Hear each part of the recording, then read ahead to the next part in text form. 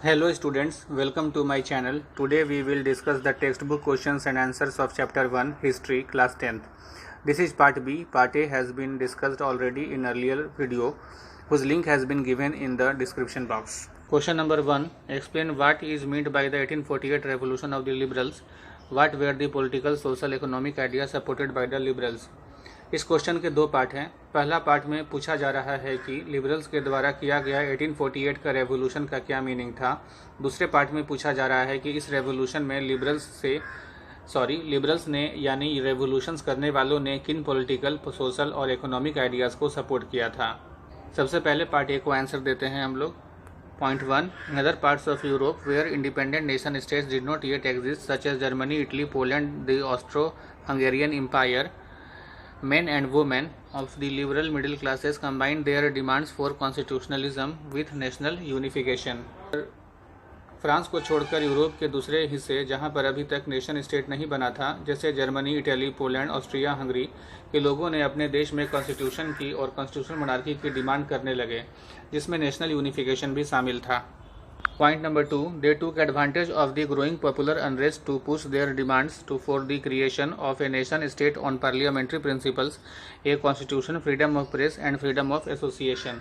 इन देशों में आंदोलन होने लगा और डेमोक्रेटिक प्रिंसिपल्स पर नेशन स्टेट बनने की बात होने लगी। Constitution, freedom of press, freedom of association की मांग होने लगी। पार्ट बी की तरफ चलते हैं। Point number 1. Political idea supported by the liberals. Liberalism stood for freedom for the individual and equality of all before the law. Politically, it emphasizes the concept of government by consent. Since the French Revolution, liberalism had stood for the end of autocracy and clerical privileges, a constitution and representative government through parliament. Political idea का मतलब कानून के सामने सभी लोग equal हों, autocracy और जन्म के साथ क्लरिकल प्रिविलेजेस का भी अंत हो, कॉन्स्टिट्यूशन और रिप्रेजेंटेटिव गवर्नमेंट और पार्लियामेंट एस्टैब्लिश हों। Point 2. Social idea supported by the liberals. The inviolability of private property, demanding equal political rights for women as well as non-propertied man. Social idea का मतलब समाज में धनवान, निर्धन, पुरुष, महिला सभी को इक्वल पॉलिटिकल राइट्स मिले। Point number 3. Economic idea supported by the liberals. The freedom of market and the abolition of state impose restriction on the movement of goods and capital. Economic idea का मतलब यह हुआ कि market पर से government का control minimum हो जाए और गुड्स और कैपिटल के मूवमेंट पर से गवर्नमेंट का कंट्रोल समाप्त हो जाए। Question number 2. Choose 3 examples to show the contribution of culture to the growth of nationalism in Europe. Europe में नेशनलिज्म को बढ़ाने में कल्चर का क्या योगदान था? 3 एग्जाम्पल्स दे करके इसे समझाना है। Point number 1. Nationalist in Greece got support from other Greeks living in exile and also from many West Europeans who had sympathies for ancient Greek culture. Poets and artist lauded Greece as the cradle of European civilization and mobilized public opinion to support its struggle against a Muslim empire. Greece की प्राचीन गौरवशाली सभ्यता और संस्कृति थी जिस पर पूरे यूरोप को गर्व था, लेकिन वो मुस्लिम एम्पायर के कब्जे में था। ग्रीस के आज़ादी के लिए पूरे यूरोप से लेखकों और कलाकारों ने अपने समर्थन दिया। Point 2. Poland which had been partition to at the end of the 18th century by the great powers Russia, Prussia, Austria.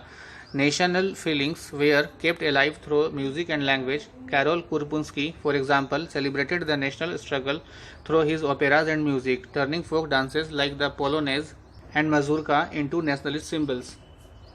जब 18th सेंचुरी में पोलैंड पर 3 देश रसिया, प्रशिया और ऑस्ट्रिया ने मिलकर अटैक किया और 3 भागों में बांटकर उस पर रूल करने लगे, तो पोलैंड के लोगों ने अपने नेशनल यूनिटी को पॉलिश संगीत और भाषा के द्वारा जिंदा रखा।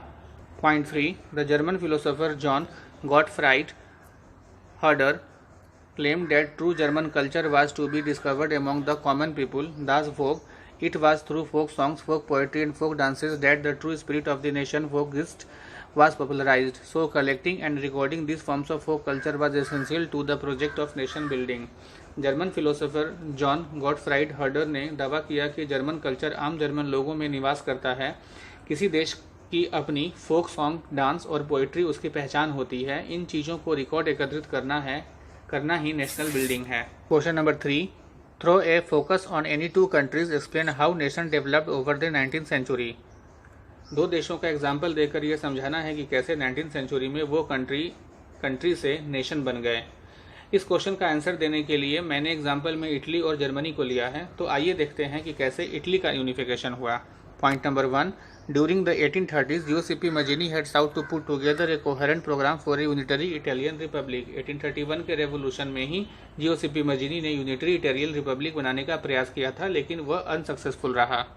Point 2. The failure of revolutionary uprisings both in 31 and 1848 meant that the mantle now fell on Sardinia Piedmont under its ruler King Victor Emmanuel II to unify the Italian states through war. 1831 के बाद 1848 के revolution में भी success नहीं मिला, तो Italy को nation बनाने की रिस्पॉन्सिबिलिटी सर्डिनिया पिडमोंट के राजा विक्टर इमैनुअल II के ऊपर आ गई, जिसमें उसने युद्ध का सहारा लिया। Point 3. Chief Minister Cavour, who led the movement to unify the regions of Italy through a tactful diplomatic alliance with France engineered by Cavour, Sardinia Piedmont succeeded in defeating Austrian forces in 1859. यहाँ के chief minister Cavour ने Italy को unify करने का बेड़ा उठाया। उसने अपने कूटनीतिक सूझबूझ के द्वारा फ्रांस की मदद से ऑस्ट्रिया को हरा दिया, जिसने इटली को बहुत बड़े हिस्से पर कब्जा कर रखा था। Point 4. Apart from regular troops, a large number of armed volunteers under the leadership of GOCP Garibaldi joined the fray. In 1860, they marched into South Italy and the Kingdom of the Two Sicilies and succeeded in winning the support of local peasants in order to drive out the Spanish rule. Austria को हराने के बाद Cavour की सेना आगे south Italy में बढ़ी, जहां उसे GOCP गैरिबाल्डी और उसके आर्म्ड वॉलंटियर्स का सपोर्ट मिला, जिनकी मदद से स्पेन को हराया और खदेड़ा गया, जिसने भी इटली के बड़े दक्षिण हिस्से पर अपना कब्जा किया था। Point number 5. In 1861 Victor Emmanuel II was proclaimed king of united Italy. इस तरह इटली को यूनिफाई किया गया और 1861 में विक्टर इमैनुअल II को यूनाइटेड इटली का राजा घोषित किया गया। अब हम लोग पार्ट बी में जर्मनी का यूनिफिकेशन के बारे में पढ़ते हैं। Point 1. Nationalist feeling were widespread among middle-class Germans who in 1848 tried to unite the different regions of the German Confederation into a nation-state governed by an elected parliament. Middle class German लोगों में nationalism की feeling आ चुकी थी, जिन्होंने 1848 में German confederation को unite करके elected parliament के द्वारा नेशन स्टेट बनाने का प्रयास किया। Point 2. This liberal initiative to nation building was however repressed by the combined forces of monarchy and the military supported by the large landowners called Junkers of Prussia. इस प्रयास को प्रसिया के राजा, मिलिट्री और जमींदारों ने मिलकर दबा दिया। उस समय वहां पर जमींदारों को जंकर्स बोला जाता था। Point 3. From then on, Prussia took on the leadership of the movement for national unification. Its chief minister Ottoman Bismarck was the architect of this process, carried out with the help of Prussian army and bureaucracy. तब प्रसिया के chief minister Otto von Bismarck ने अपनी army और bureaucracy की मदद से इस Germany को यूनिफाई करने का बेड़ा उठाया। Point number 4. 3 wars over 7 years with Austria, Denmark and France ended in Prussian victory and completed the process of unification. इसके लिए 7 साल तक ऑस्ट्रिया, डेनमार्क और फ्रांस से 3 युद्ध लड़ा गया, जिसमें प्रसिया की जीत हुई और जर्मनी यूनिफाई हो गया। इन जनवरी 1871 the Prussian king William I was proclaimed the German emperor in a ceremony held at Versailles. Germany as a nation was developed. जनवरी 1871 में प्रशिया के राजा विलियम I को यूनाइटेड जर्मनी का राजा घोषित किया गया और इस प्रकार जर्मनी एक नेशन बन चुका था। Number 4. How was history of nationalism in Britain unlike the rest of Europe. Britain का नेशनलिज्म का इतिहास बाकी के यूरोप से अलग कैसे था। Point 1.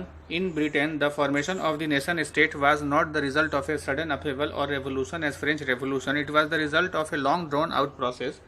फ्रांस की तरह यूरोप के बाकी देशों की तरह ब्रिटेन में अचानक रेवोल्यूशन होकर नेशन नहीं बना था, बल्कि इसमें लंबा समय लगा था। Point 2. There was no use of military or army in making a nation state of Britain as it was happening in Italy and Germany. Germany और इटली की तरह इसमें आर्मी का यूज नहीं किया गया था। Point number 3.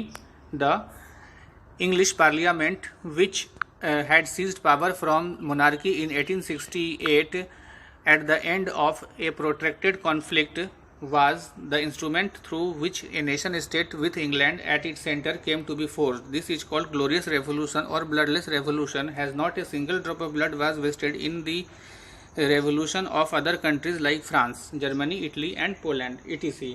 1688 में ब्रिटिश पार्लियामेंट ने मोनार्की से पावर ले लिया और इसमें एक बूंद भी खून नहीं बहा, जबकि दूसरे देशों में इसके लिए भीषण रक्तपात हुआ था। आइए अब हम लोग क्वेश्चन नंबर 5 की तरफ देखते हैं। Question number 5. Why did nationalist tension emerge in Balkans? Balkans में नेशनलिस्ट टेंशन क्यों उत्पन्न हुआ? Point number 1, A large part of the Balkans was under the control of Ottoman Empire. The spread of the ideas of romantic nationalism in Balkans together with the disintegration of Ottoman Empire made this region very explosive.